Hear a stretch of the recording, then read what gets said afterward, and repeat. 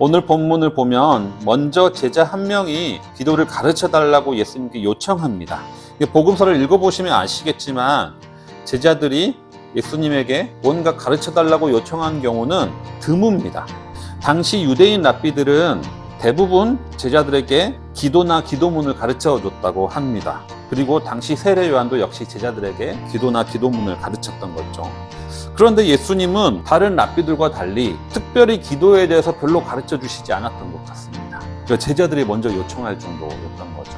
사실 목사인 저에게도 기도에 대해서 가르쳐 달라고 요청하는 경우들이 종종 있습니다. 그런데 사실 이런 요청을 받으면 저는 좀 어렵습니다. 왜냐하면 이 기도에 대해서 배우고자 하는 이유가 각자 다르기 때문입니다.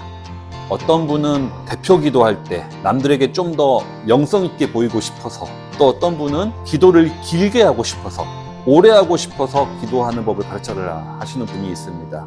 또 어떤 분은 기도의 순서나 형식에 맞게 기도하고 싶어서 기도에 대해서 배우고 싶어 합니다. 그런데 사실 제가 보기에는 이런 것들은 별로 중요하지 않습니다. 기도는 하나님께 그냥 하는 거지, 남들에게 보이려고 하는 것도 아니고 미사 여구 없이 형식 없이 솔직하게 하는 것이 저는 가장 중요하다고 생각하거든요.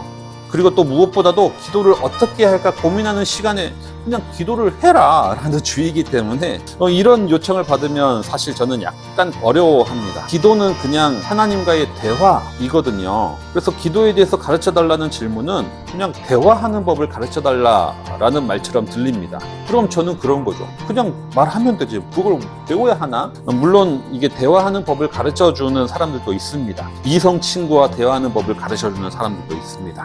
이런 대화의 기술은 자기를 잘 포장해서 남을 유혹하는 방법이겠죠. 비즈니스 할 때 대화하는 법을 가르쳐주는 사람도 있습니다. 대화의 이면에 다른 의도를 파악하고 그 협상을 유리하게 이끌고 가기 위한 대화를 가르쳐주는 거겠죠. 아니면 그냥 평범한 대화도 어려워하는 사람들이 있을 겁니다. 하지만 평범한 대화를 어려워하는 사람도 아주 친한 사람이나 부모나 가족 간의 대화를 어려워하는 사람은 많지 않습니다. 그러니까 사실 대화가 쉽고 어렵고는 그 관계가 친밀하지 않았느냐의 문제인 거지, 이게 기술의 문제가 아닐 가능성이 크다는 거죠. 기술이라는 것 자체가 어떤 의도를 갖고 있기 때문인 것이죠. 관계가 친밀하지 않았느냐의 문제이고, 관계 설정을 어떻게 하느냐가 기도에서 가장 중요한 문제인 것이죠. 오늘 예수님은 하나님과의 대화를 어떻게 시작하라고 가르치시느냐? 아버지라고 부르게 합니다. 특히 예수님은 본인이 기도하실 때 하나님을 아빠라고 부르셨다고 합니다.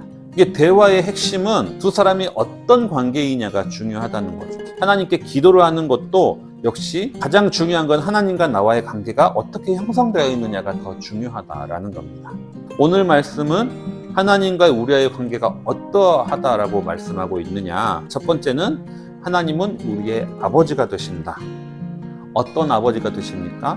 아들에게 좋은 것을 주시고자 하는 아버지가 되십니다. 두 번째는 하나님은 우리의 친구가 되신다. 어떤 친구가 되느냐? 내가 밤중이라도 찾아갈 수 있는 친구가 되신다라는 겁니다.